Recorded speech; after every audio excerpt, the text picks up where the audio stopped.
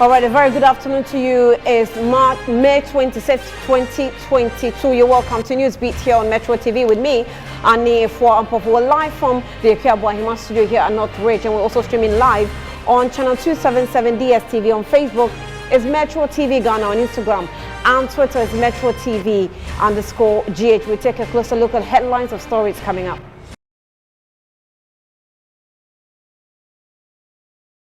Privileges Committee of Parliament to begin in-camera hearing of the case of 3 absentee MPs. Meanwhile, Minority Chief Whip Mohammed Muntaka Mubarak is against the move, describing it as mere hatred. Court injunctions, demonstrations and uncertainties characterizes the new Patriotic Party regional elections, barely 24 hours to the polls. We will touch base with our correspondents later. And then schools in AKATSI South Municipality of the Volta region shut down following torrential rains in parts of the country.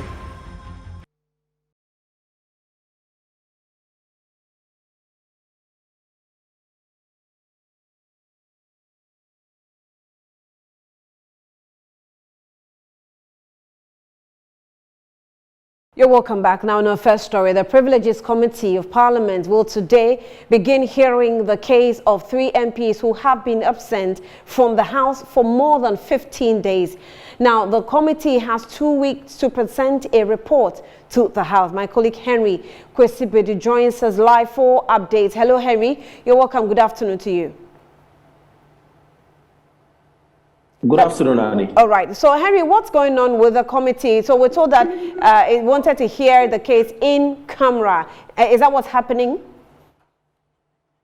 Annie, we are yet to get confirmation whether or not the Privileges Committee has started the hearing of the 3 MPs in question. We know the battled Dominic Abenya MP, Sarah Joasafo, the Greater Accra Regional Minister, and also Asin Central MP Kennedy Japan are expected to appear before the committee. Today, we were told yesterday was the turn of the Greater Accra Regional Minister and MP for Iowa Central, Henry Kwesi.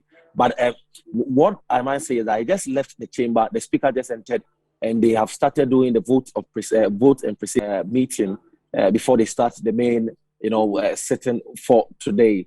But what I've noticed is that the chairperson of the Privileges Committee, who is the first deputy speaker, Joseph Oseo, also is not present in the chamber. The Privileges Committee is made up of himself, and 30 other members of Parliament. The only person who is not available at the moment is the embattled Asin MP, James Jachi Kwesi. The Supreme Court has barred him from performing his parliamentary duties. So I've seen the Labour and Employment Minister, Ignatius Bafuewa, in the chamber. I've also seen cited Samson Ahe, MP for Boede, who is also in the chamber. But aside these people, as I've said earlier, Joe Oseo, who is the chairperson, is not there. And all the other members like Andrew Ejapa Mensah, MP for Sekedi, is not in the chamber. The Defense Minister, Dominic Nittle, is also not in the chamber. The person who is expected to appear before the committee today, and a person of Henry Kwesi, is also not those doors. They wouldn't allow any media house to be there. Not even the audiovisual department of Parliament will be allowed to take some visuals of whatever that transpires there. So we are getting some hints that it has started. But as I speak to you now, most of the members of the Privileges Committee are not on the floor of the House. I've only cited 2 persons, and a person of the Labour and Employment Minister, Ignatius Bafuewa, and also the MP for Boede, Samson Ahe. Those are the 2 persons in the chamber as I speak to you now. So they are now just doing the voting proceedings. We are also yet to get the other people of the day to know if the privilege would get to know on the order paper. But we are yet to get that we'll be getting that shortly. So we'll be updating the public whether or not the Privileges Committee is sitting today. But yeah, as I speak to you, have you picked it from the floor? Why the need for an in-camera hearing, such that even the Audiovisual Department of Parliament is not having access to this hearing? I think what we are picking is that initially we recall that the sitting was supposed to be carried out on 3 different days, as in separate days, continuously. So the MP for Ayawaso Central was to appear today. Sarah Joasafo. We don't know whether or not she is in the country. She is expected to appear before the committee tomorrow, and Kennedy Japan will appear on May 31st. But we were told that due to us, Kennedy Japan asked for permission for him to appear. That's the reason why they would want to do it in camera, and they will not allow any of the media house to be there. There have been other, Privileges Committee settled. Remember when Kennedy Japan had an issue with Parliament, said that Parliament was useless.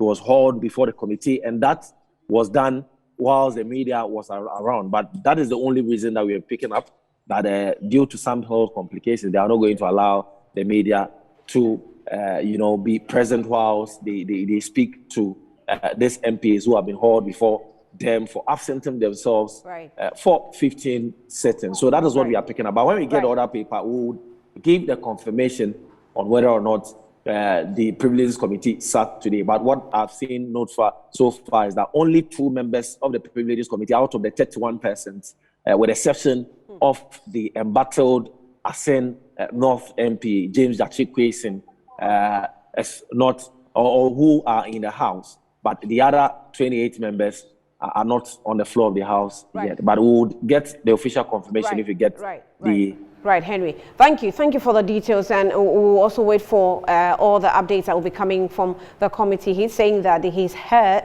that they have started, the probe. So let's see if at the end of the first sitting we'll hear from the committee. Minority Chief Whip Muntaka Mubarak has, however, described as mere hatred and hauling before the Privileges Committee some 3 majority MPs for absenting themselves for more than 15 sittings. Now, according to him, the move is a ploy by some members of the House to kick out the embattled Domikwa MP Sarah Adjoasafo. For me, all this that we do is for posterity. So I am very convinced beyond reasonable that the method that is being used is wrong. I mean, it frowns our standing orders. It is not, it cannot be justified. I'm very convinced about that. We can't hate ourselves that much. We can't.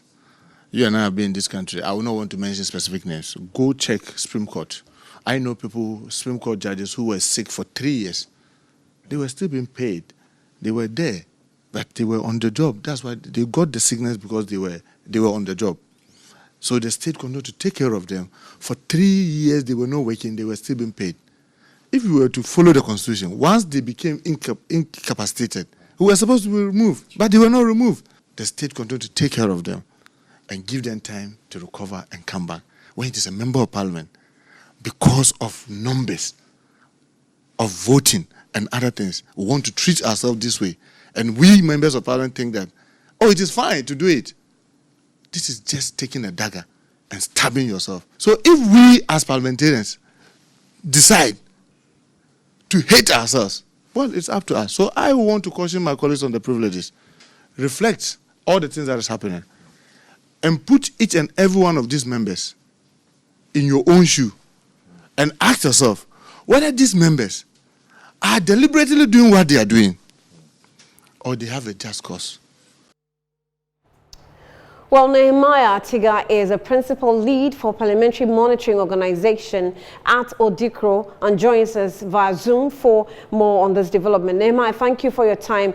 Your eyes have been on Parliament for some time now, and what have you found out about the absenteeism of the current MPs who actually have been hauled to the House, and even those who have not been coming to the House? Well, I mean, this is something that has been happening over the years. Chronic absenteeism is not something that is new to our House. and it leaves a lot to be desired because it affects the quality of representation during debates and decision making, and even gives us a certain level of inefficiency when it comes to the transaction of parliamentary business. Unfortunately, they've all treated this with kid gloves, and you can hear Honorable Muntaka speak. If you hear him speak, it just feels like let the status quo continue. After all, people have been sick for 3 years. They were not. It shouldn't be the case. And even if it was, it has to be done properly. The Constitution gives a certain provision. And then the standing order says that what? You have to do this with permission. Even the Constitution says that. When you absent yourself without permission, it's like taking the process or the role you have been given for granted. The role of the representation of your people, you are taking it for granted because you know you cannot be present for a reason. So seek permission, and then you are absent with permission. Unfortunately, you do not want to uphold a law, but you want to continue serving or representing the people. In what capacity are you representing the people? So Muntaka's example he cited, he mentioned the judges who were incapacitated for 3 years, and he said specifically that they were incapacitated. As far as Parliament is concerned, these MPs are not recorded as being incapacitated, apart from the one that we know is not well.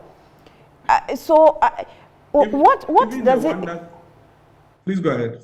I'm just asking, I mean, what does it tell of these members of Parliament with the posture taken by Muntaka Mubarak?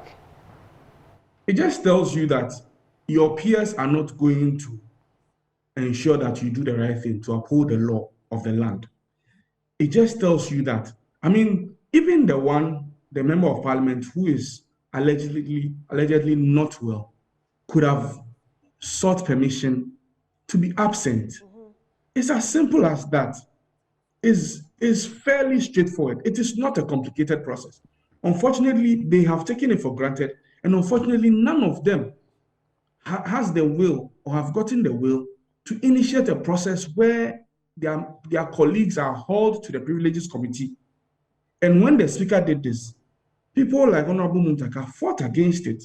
When Odiko releases the next report, we will see other MPs who even fall in this category, but having been hauled before the Privileges Committee. But we cannot say that if this has happened, then it's a thing where it's some sort of vendetta or something. There's nothing like that.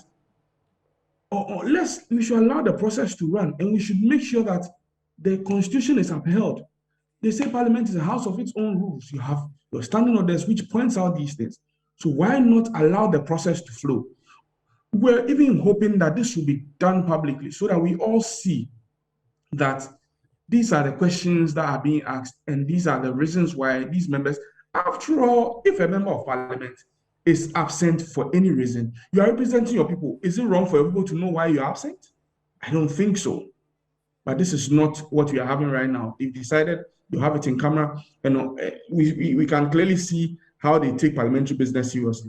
I mean, they wanted to find out from you that with the in-camera holding of this probe, of what use is it going to be to the public? Because these are public servants, and the people they serve want to also hear and understand.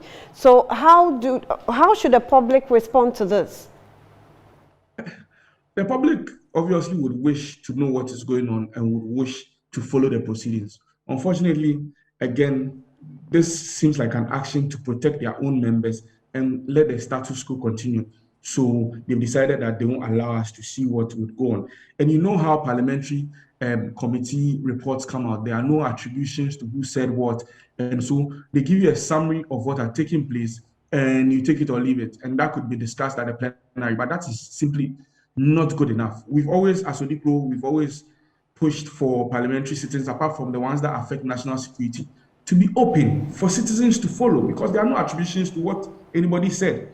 But this is not what we have now. Now they are going to do this. They are going to protect their membership. I understand. Maybe they feel that because of ABCD things, if someone like Adjoa Sabo went into speaking about her health, it would be something. So maybe they could have made an exception for her. But for someone like Kennedy and Henry Cotter, I don't think that we should have this in camera. Is the committee or Parliament not being hypocritical by pretending not to be in agreement with Muntaka and yet want to hold this in camera? Yes and no, because it would seem you clearly can see the House being divided on this issue. Even members of Honorable Muntaka's party, there are members of Honorable Muntaka's party who support this process, and there are members on the other side who do not support this process. So it's a situation where some people may want to protect their people, and then some people are indifferent. Some people want it open. And so this is where you can actually make a judgment of which MPs understand their role of representing the people, and understand that you become a public servant. You are an open book. Once you become a servant to the people, you have nothing to hide. And so you owe it to us to tell us what is affecting you and why you are unable to represent us effectively, right, so that we understand. This is where we can also see how MPs do not engage with their citizens or their constituents when it comes to town hall meetings or any type of engagement around the issues that happen in Parliament. So if my health is not, I'm not in a position to attend sittings, my constituents should know. Right. It's a sad situation right now we find ourselves in, but unfortunately, we are not taking advantage of the situation we find ourselves in, where we can actually have parliamentary reforms, whether it's the standing orders or the way things are done, and also give citizens opportunity. And Odipu's position has always been that citizens should have access to information and data from Parliament to be able to take up their responsibility of holding them accountable. Right. Nehemiah, we'll leave it here. We're looking forward to your next report on the performance of Parliament. Nehemiah Tiga speaks for Odikro. Now let's move on into the NPP's preparation to, appoint new officers into their offices before election 2024. In the Ashanti region, the election committee has changed the venue for the regional executive elections from the regional coordinating council to the Baba Yara Sports Stadium. Now, the date has also been changed from Friday, May 27 to Saturday, May 28. Abdul Basit joins via Zoom to tell us the reasons for these developments. Abdul, you're welcome. Good afternoon. Hello, Abdul. Yeah, good afternoon. Okay, good. So, like I said to you earlier on, that Ashanti region obviously is where everybody's attention seems to be because of the heated, controversy with the chairmanship position. So, with these changes, is it not making it more and more difficult, reducing the trust in the voting process? Yes and no, Annie, because some of the aspirants were even not happy with the venue in the first place, especially with the chairmanship position. 4 out of the 5 aspirants were not happy with the venue, being the Ashanti Regional Coordinating Council. They initially petitioned the committee to change the venue, but even before they chose RCC, but the regional committee did not heed to it until they petitioned the National Executive Council in Accra. That is how come the venue has been changed to Baba Yara Sports Stadium. 9 of the contestants yesterday petitioned the National Executive Council calling for the register for voting, and they also even threatened that if they did not get the register, they will not. It's either they postpone the election to the next day, or they will not partake in the exercise. And fortunately for them, the National Executive Council heed to their call and have postponed the elections to Saturday at to be held at the Baba Yara Sports Stadium. It means they still don't have the register. In front of the Regional Coordinating Council here in Kumasi. You can see a whole lot of posters being engulfed around this stretch from Golden Tulip coming to the RCC. Almost every tree, almost every object over here is being has received its portion of the posters over here. As for the tension that you are talking about, yes, it might come about. Most of them, the Ashanti Regional Minister, being the election committee chairman, is from the hometown of the incumbent chairman, Bernard Enchibu-Esiaku. He is his party chairman at Posomche. So some of them were having this kind of doubt that he chairing the committee might be in a compromised position. But, election anything happen within the context of the election day. So even though the atmosphere is very peaceful over here, but we anticipate to see something different tomorrow on Saturday, God willing. So I want to find out, with the change of venue, that was to satisfy those who have not received the register, or since yesterday they hadn't received the register. But have they received it yet till now? I'm yet to find out if they receive it or not, but that was their it was barely, they have only between yesterday and today to review the register. Okay. If they do not get a register, it means it will be very difficult for them to even have access to those who will be voting for them. So now that it has changed, I am sure by today they can get the register and review before even tomorrow and Saturday. So how about the incumbent who is, Wontumi? Is he stable?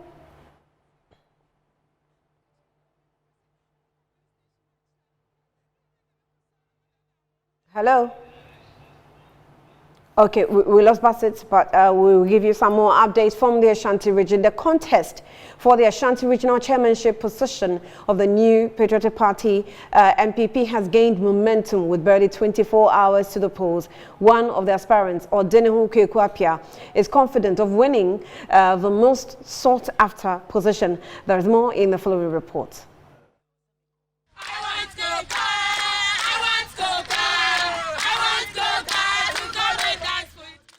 Ashanti region has been the stronghold of the ruling NPP since the beginning of the Fourth Republic. Over the years, the party has won the popular vote in the region. Addressing a press conference on Wednesday to outline his vision to delegate one of the contenders for the NPP chairmanship position in the Ashanti region, Odenehu Kwekuapia, popularly known as Chairman Koka, underscored the need for the party faithful to remain united before, during and after the internal election so as to be able to confront the major task ahead, which was breaking the historic 8-year cycle. Koka believes he is in a strategic position to unseat the incumbent chairman, Bernard Enchibu-Esiaku, popularly known as Chairman Wontumi, adding the incumbent chairman has lost his grips of the party. We need a strong, competent, confident, strategic, and a wiser leader like myself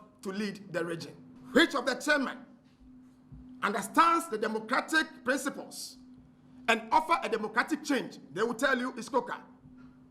Which chairman believes in accountability, respect, integrity, stewardship, they will tell you is Koka. Which chairman does not use insult to solve problems, they will tell you is Koka.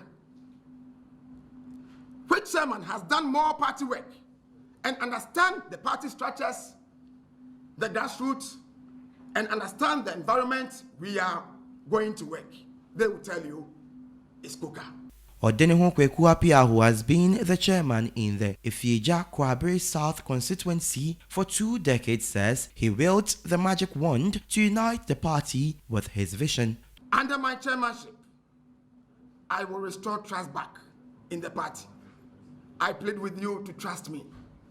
Under my chairmanship, we are going to work together, think together, decide together, vote together, suffer together, enjoy together, solve our issues and differences together.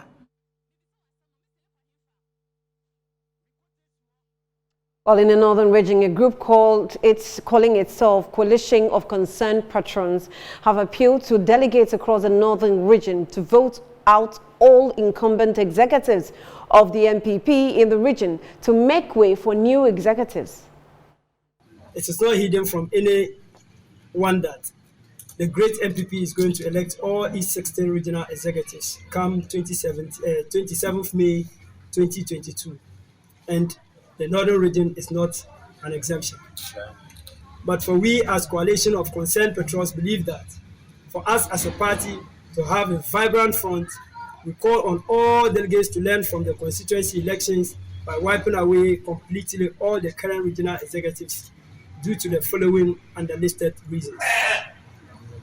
Ladies and gentlemen, another reason worth mentioning is the neglect of the grassroots in the entire region. Entirely. The neglect of the grassroots in the entire region. It is an undeniable fact that ever since these executives were voted, they have consistently neglected the party grassroots, a situation which left many helpless. Wow. For instance, imagine this. Opportunities that were meant for the youth are being hijacked. Again, during the 2020 elections, monies that were meant for polling agents were being squandered by constituency executives. We cried, yet no regional executive could come to our aid. Aside that one, it is alleged that job opportunities that were meant for the same grassroots in the region was again sold out to non-members of the party, with some regional executives even denying their fellow patrons these opportunities.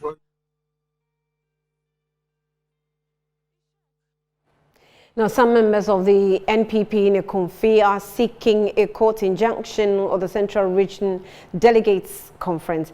Now, the applicants want the High Court to restrain the Electoral Committee and the Electoral Commission from conducting the Central Regional election until a EKUMFI constituency election is organized. We are joined on the phone by the Deputy Constituency Secretary for the area, Ebenezer Spew, to talk to us about this development. Ebenezer, you're welcome. Good afternoon to you and welcome to Newsbeat. So, how are you handling this development that members are asking, for a court injunction for the constituency to be taken care of first before the region? Good afternoon, Madam. We in the EKUMFI constituency have gone to court to place an injunction on the upcoming regional elections. Basically, we have not been added to the delegates going to do the elections. We have not held our elections in the constituency, and we don't have delegates representing the constituency. But let's not forget that our democracy that we're practicing now is a representative democracy. Right. But in Central Region, the people of EKUMFI are not being represented as we go tomorrow to cast our votes to choose leaders of the region. It is as if EKUMFI is not part of the Central Region. Mm-hmm. What happened is one person picked his forms and was vetted, and then during the vetting, all of us were vetted and allowed to go and participate in the elections. But the chairman, the aspiring chairman, was transferred to Cape Coast to go and meet a committee. He met the committee led by Professor Phoebe. Professor Phoebe's committee cleared him. Then the regional chairman, Mr. Robert Kutin Jr., insisted that in 2021 he had an altercation with a problem with that person. So he is never going to allow that person to participate in the elections. Based on that, he has refused on several platforms to allow us, even the rest of us who have no problem with Mr. Kutin, are not being allowed to participate in the election. And we feel he's trampling on our rights. He is not respecting the people of EKUMFI because we should have a representation in the party at the regional level. So he's not going to allow us to vote. So all we had to do, because we have exhausted all the party channels, so all that we had was to go to court. So we have gone to court to place an injunction on the election, which is happening tomorrow. So it is left with the court now. We have served. But we know that the National Executive was taking note of the constituencies that have challenges currently and are addressing it. So did you also use the channel of the National Executive maybe before going to court? Yes, madam. We used every channel. And what was the response? Yes, and the response was that we should go and participate in the election. But when we came back, Chairman Kutin says that he's still not going to allow, because he's the one choosing people to come and conduct the election. So personally, single-handedly, he's saying he's not going to allow the people of EKUMFI to participate in the elections tomorrow. So all we had was to go to court. We have gone to court, And I know from the court that the electoral commission has been served that he should not go and conduct the election tomorrow. What are we hearing? We are hearing that they are preparing to conduct the elections tomorrow at Dunkwa Ofin without EKUMFI. And we feel we have not been dealt with properly. So the bailiff brought the injunction notice? Yes, the bailiff has taken the injunction notice to the electoral commission. Okay, he went to the office of the party hierarchy, the regional office. They closed the door and refused to take the injunction. They closed the door on him. That is the report he gave. So what if the regional elections come off anyway? Will you still partake in it? No, we can't, because our names will not be in the register. In the register, right. You understand? Right. Our names will be in the register, so we cannot. And we don't know what to do next. Right. I don't know if MPP wouldn't like to participate in the general elections in EKUMFI. Because if you don't have representation in EKUMFI, how do you come to campaign? Right. We'll follow up for you, entry. Ebenezer Spew, thank you for your time. And he's coming through as one of the executives from EKUMFI constituency, raising concerns about the regional elections, as the central regional elections coming off. Well, it's an election, period for the MPP, so issues will come. I will bring you some more updates on that. You're still watching Newsbeat here on Metro TV. We'll take a breather.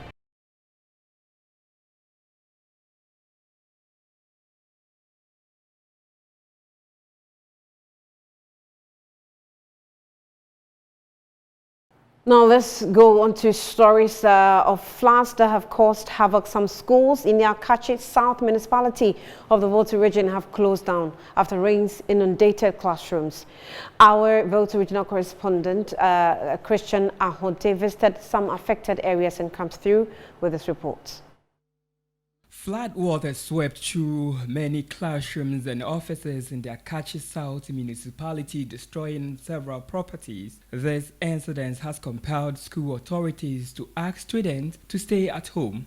At one of the schools, Hay Manufacture Leadership Academy, the proprietor was distraught. Of course, we all felt that everything was going well because it wasn't a school day really. But then we heard the news through people that there is a big flood in our area, and so some of us ran here.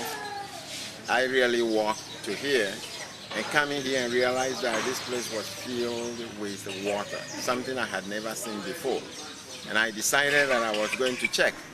Coming in, I had to roll my pants up to my waist. That was how heavy, how deep the water was. It was then I realized that something really bad had happened, in the sense that the municipal chief executive, Martin Kofiche Nyahe, who visited the affected schools, instructed municipal engineers to take immediate actions against those who built on waterways. Several homes were also affected. The residents called for support. Came here with my NADMO officer, coordinating director, then few assembly. In fact, the place was heavily flooded. And this morning, as we proceed, you could see that the computers, their books, everything was submerged in water. What I observed is that I was telling this assembly engineer that there should be a drainage.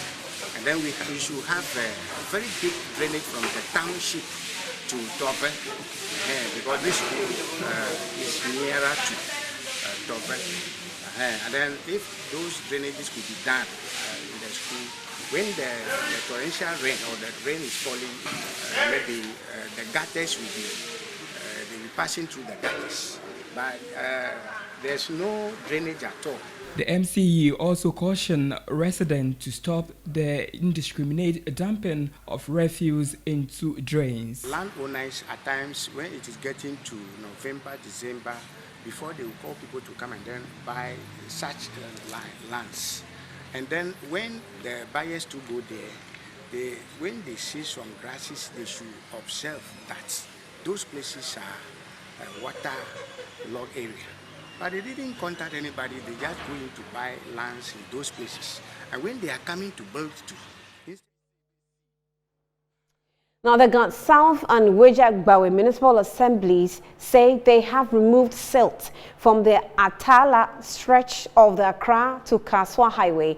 According to the assemblies, 97 trips of silt had to be evacuated from the road from Monday to Wednesday. Now, it says a contract has been awarded for the construction of a storm drain on that stretch. My colleague Akwesiado joins me via Zoom for a situational report. Akwesi, thank you for your time and you're welcome to Newsbeat. Good afternoon.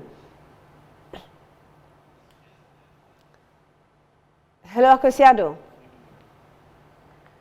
All right, so in your pictures is the Kaswa Tollbooth landslide situation where we're told that silt have been moved with 97 trucks, doing the job. We want to know the situational updates, and Akwesiado will come through with a report later as and when we're able to raise him via phone. Now, some displaced residents of Tema, Newtown, are threatening to protest against owners of Santio Oil Refinery, a company building an oil refinery at the Tema Enclave. Now, the residents are blaming the company for building on waterways. The reason have been displaced after the people have been displaced after a heavy downpour due to the situation of the factory.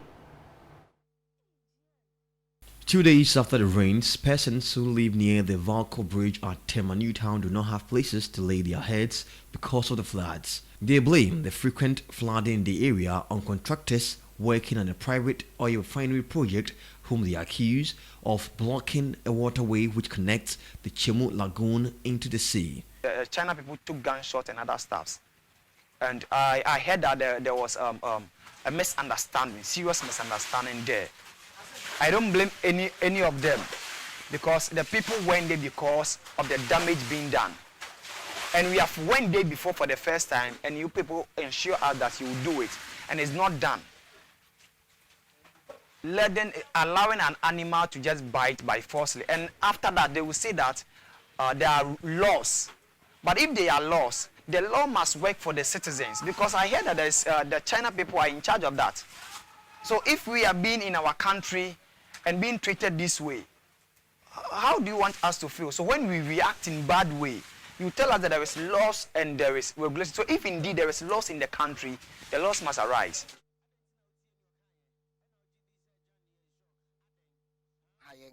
I have been staying here for 3 years.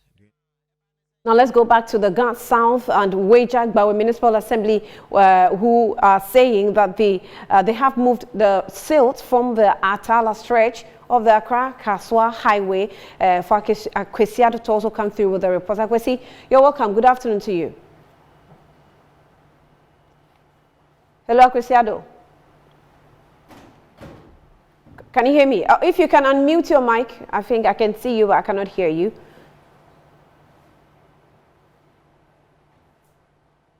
Okay, so we're trying to get through to Akwesiado to come through with a landslide situation in the Kaswa areas. Let's see where we have gotten to, if the road is still more trouble, and if the 97 moving of the silt, 97 trucks movement of silt have benefited the people.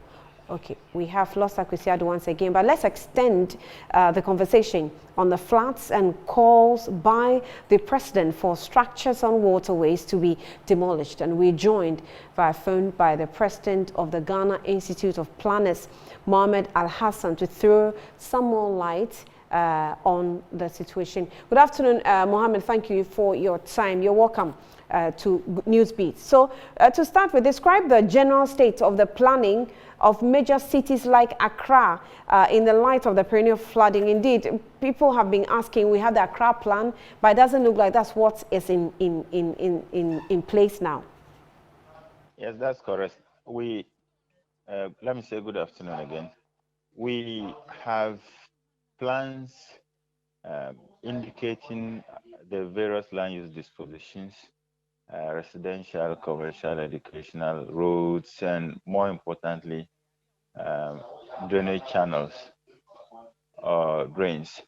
The challenge is that most people in the city do not consider the reservations along the drain as lands that should be left as such. They think these are wasted lands.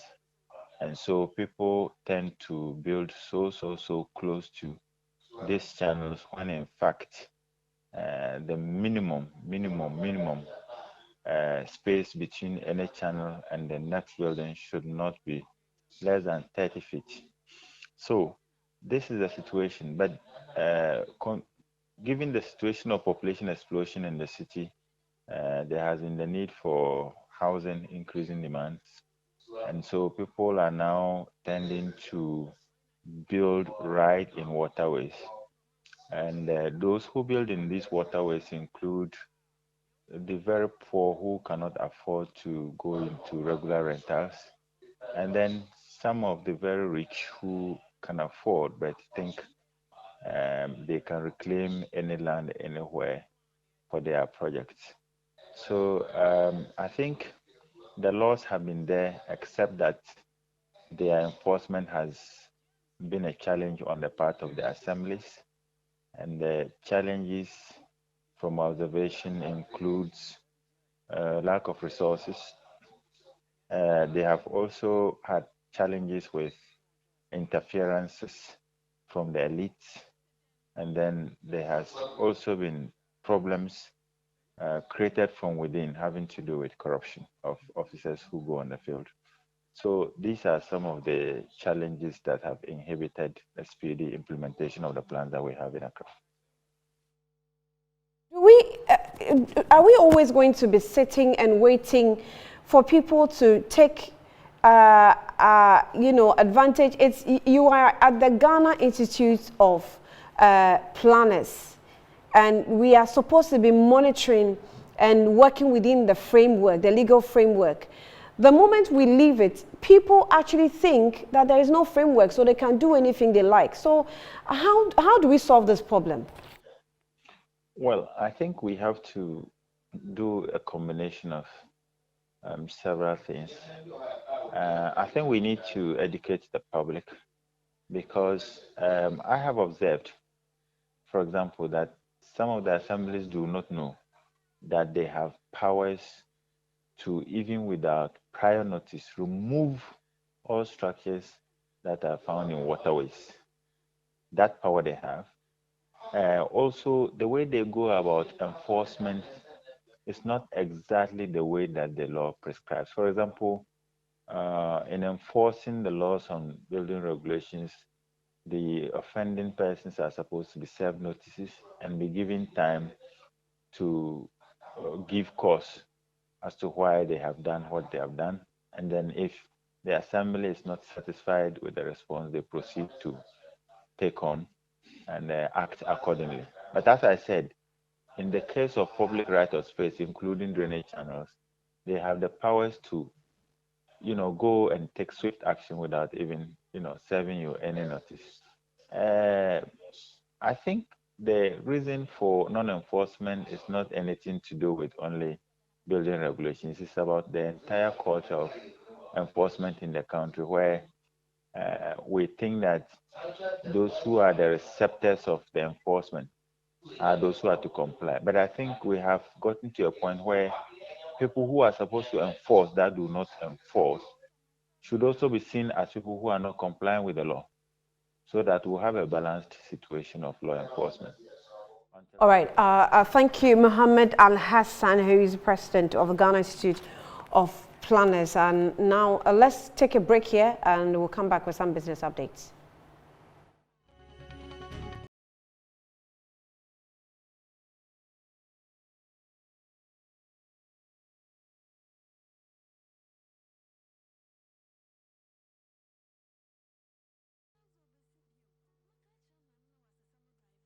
Now in business, the Africa Prosperity Network, APN, has announced the inception of its flagship dialogue series, Co-Summit on Africa's Prosperity.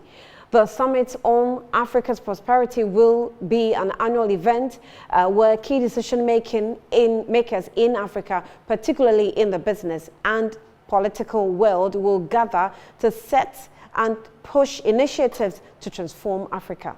Speaking at the launch, the Executive Secretary of the AFCFTA Secretariat, Wam Kelemene, emphasized the need for Africans to have impactful dialogues about Africa's trade relations with the rest of the world. Chief Executive Officer for the Ghana Investment Promotion Center, JIPC, Yofi Grant, emphasized the need for Africans to proactively direct global discourses and collaborations on Africa's development, given the share of global natural resources the continent possesses. The richest continent, but these people are poor.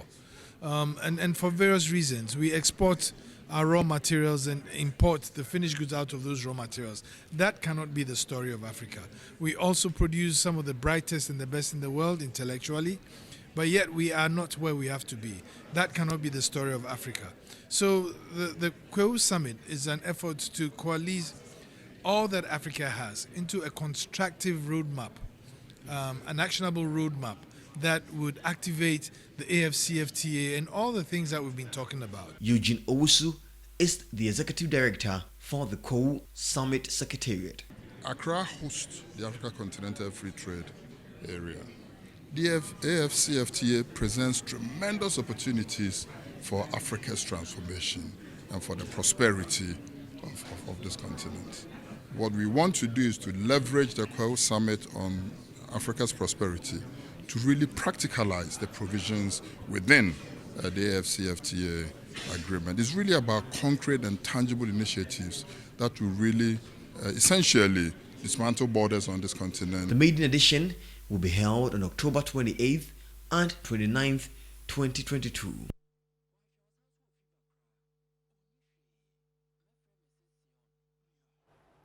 You're watching Newsbeat. It's time for sports after this break.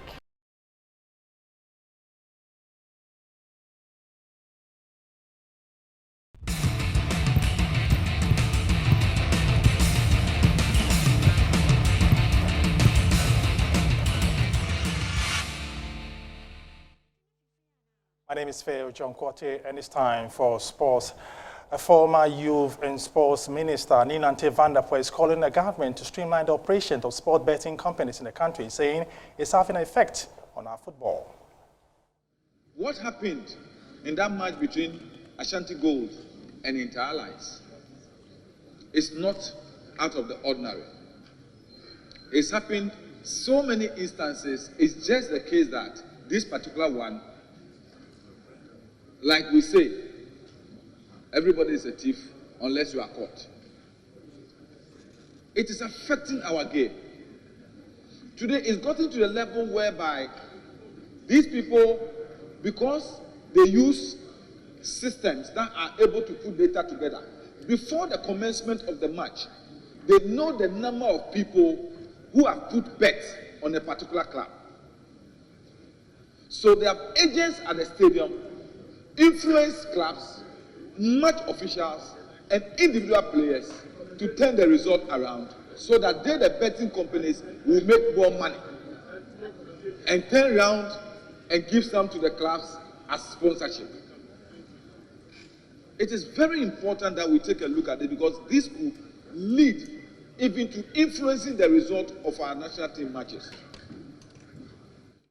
That's your sports. My name is Phil John Kwate. Right, let's continue with the international story.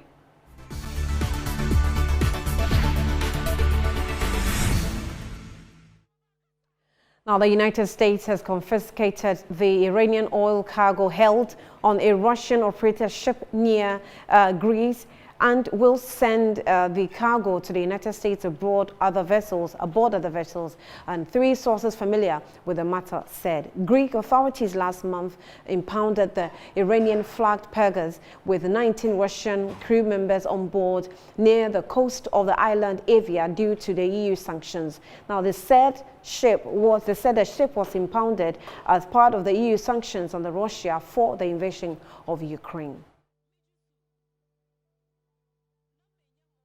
And that's all for Newsbeat. This afternoon we came to you live from the Akua Bohema studio at North Ridge, and we're back at 4 with News Flash and at 7 with News Night.